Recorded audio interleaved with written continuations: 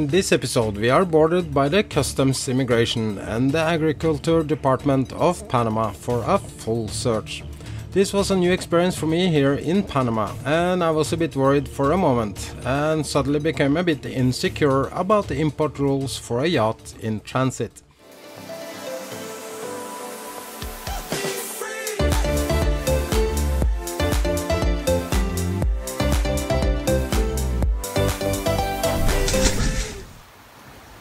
In the previous episode we had a very nice sail from San Andres. That's a Colombian island outside of Nicaragua. The Caribbean Sea was a bit confused, but most of our passage we had a nice and steady wind giving us the fast track to Panama. Again, I practiced the opposite of what I recommend. I'm arriving the anchorage after sunset, going backwards between the anchored boats to my neighbor's surprise, yet a pretty normal routine for me, as I better can see things from the helm in the dark. And tomorrow morning we are going to the port captain to start the paperwork and register our arrival into Panama. After a coffee and early breakfast we prepare all the documents and get the dinghy out of the garage, getting ready for the procedure I've done so many times here before. We are in the port office, port captain's office, and are ready to check in. So the procedure is port captain first, the immigration, show our papers, and then we will get stamped in some documents, and we have to walk to the airport to do the immigration with the passports. So, but one thing first, and that's the boat, ship documents, and customs. This time it's different. The port captain suddenly asked why we were not quarantined on the boat, and said we should stay aboard and that they will come and do a full search in 30 minutes.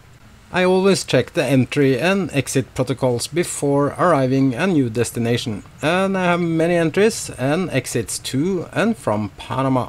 If you look away from the past years when flying the yellow flag and quarantine aboard was pretty normal, it's more normal nowadays to just drop the anchor and visit port captain to clear into the country. This was and still supposed to be the routine also in Panama. Coming from Colombian territories into Panama, I'm not surprised they want to do a full search of my yacht. However, if it should make any sense, it should have been done right after arrival, and not the next morning, and even with a 30-minute heads up. Anyway, we had to go back on board as instructed, and to wait for the full search, as it sounded very serious. However, being in Panama, my first thought was that this probably is just another way to milk us for more money. After all, I do broadcast live AIS from Be Free, and a full search 10 hours after arrival makes absolutely no sense to me.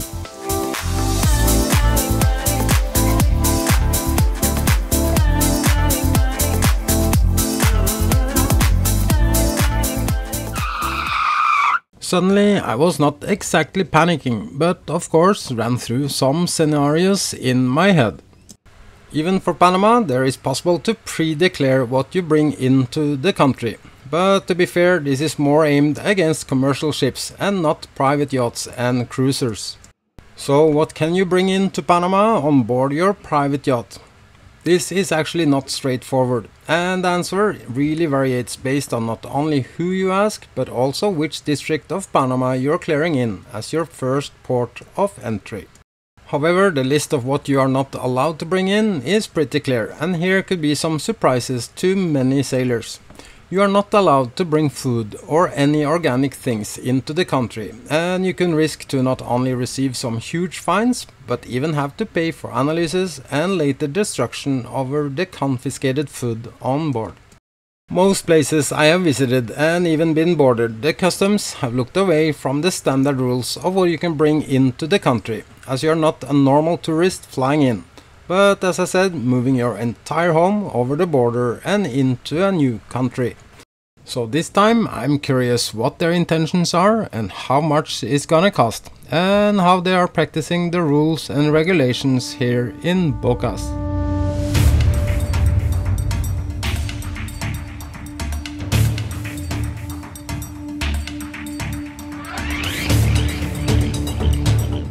If it was the rolling cameras making this into a calm and polite visit, I don't know, but honestly I have not much to complain about, except from the fact I had to pay $160 for this visit.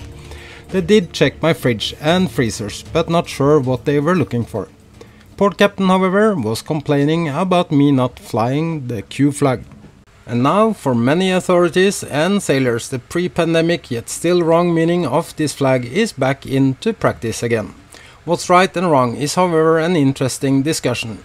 And to take it one step further, some sailors, and also even here, some authorities think this also means you request a customs clearance in case you bring too much alcohol into the country, just as an example.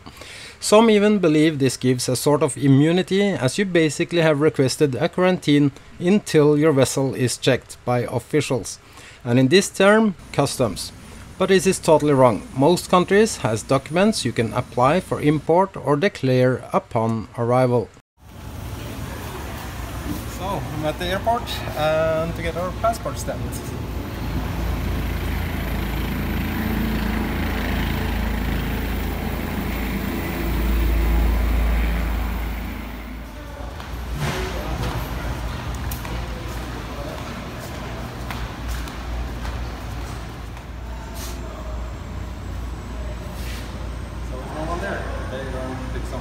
I like Bocas, and it's a colorful part of Panama. The bureaucracy here is a different story, and I'm not very impressed or a big fan, but it is what it is.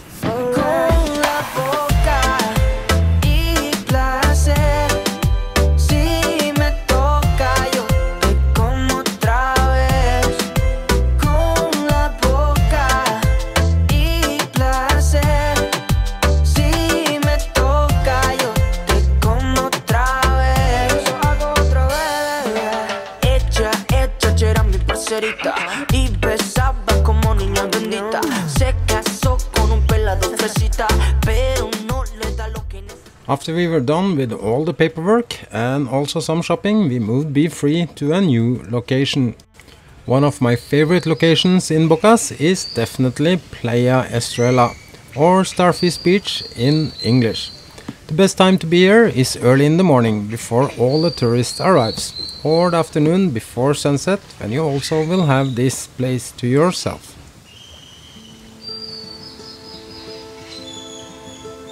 Once the day tourist arrives, it gets quite busy around here, with banana boats and loud music from the beach. So it's definitely time to test out the new crew member on board, the pink flamingo we named Estrella, as a memory of this place.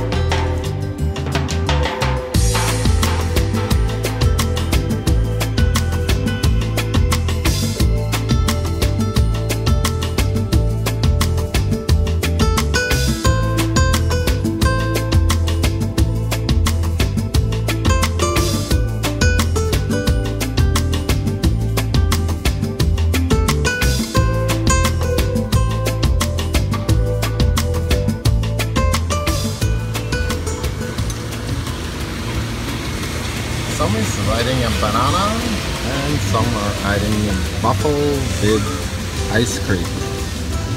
Won't get better than this.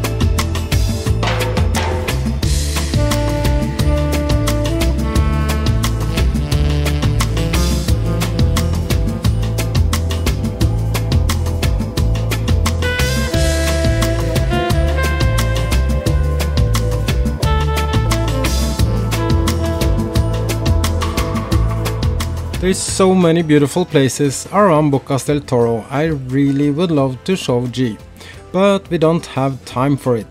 Basically because of all the added bureaucracy due to the boarding of Be Free and now being forced to even have a Zarpe. Tomorrow we're gonna check out of Bocas and prepare our sail to Shelter Bay Marina, even though this should not be necessary. So this evening we are already moving back to the town of Bocas.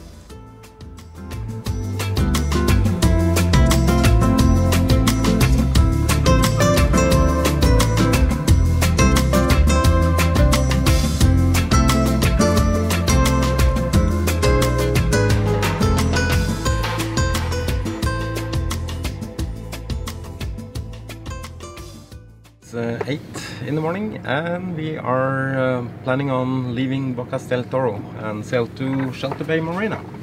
The new thing, or something I misunderstood earlier or previous times I've been here, is that you actually need Zarpe and exit documents and stamp in your passport for leaving Bocas del Toro, even sailing to Colón. That's a bit surprise because I thought Bocas del Toro also was part of Panama, but we're gonna find out. So we are on our way to the port captain's office and hopefully we will get this sorted out. But a little bit of coffee first. So we are done with the Zarpe and we have all the papers in order. We have to go to the airport now to get our passport stamped. This was also new to me, but the port captain insisted we had to go to the airport to have our exit stamps in our passports. I was pretty sure the port captain was wrong, as last time I checked, Bocas del Toro still belongs to the Republic of Panama. And even the Zarpe, I believe is not needed, states Shelter Bay as next port. Even this is Panama last time I checked. Also, coming here to Bocas for this short trip was, I would say, maybe a big mistake. Because first we had to pay a lot of money to clear in, and we also had boarded our boat and paid $160 for that. And now to be allowed to leave Bocas, we have to pay first $40 and then $41. So that was $81 more. So yeah, it's not cheap to go in and out here. But now, let's go to the airport.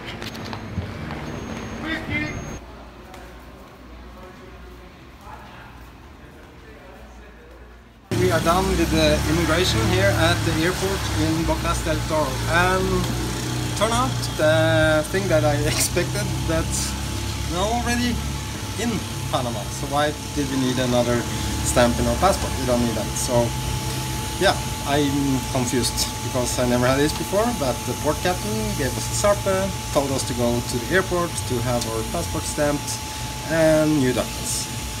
Anyway, now we play the rules and we are getting ready to sail to Shelter Bay Marina. So, to be continued.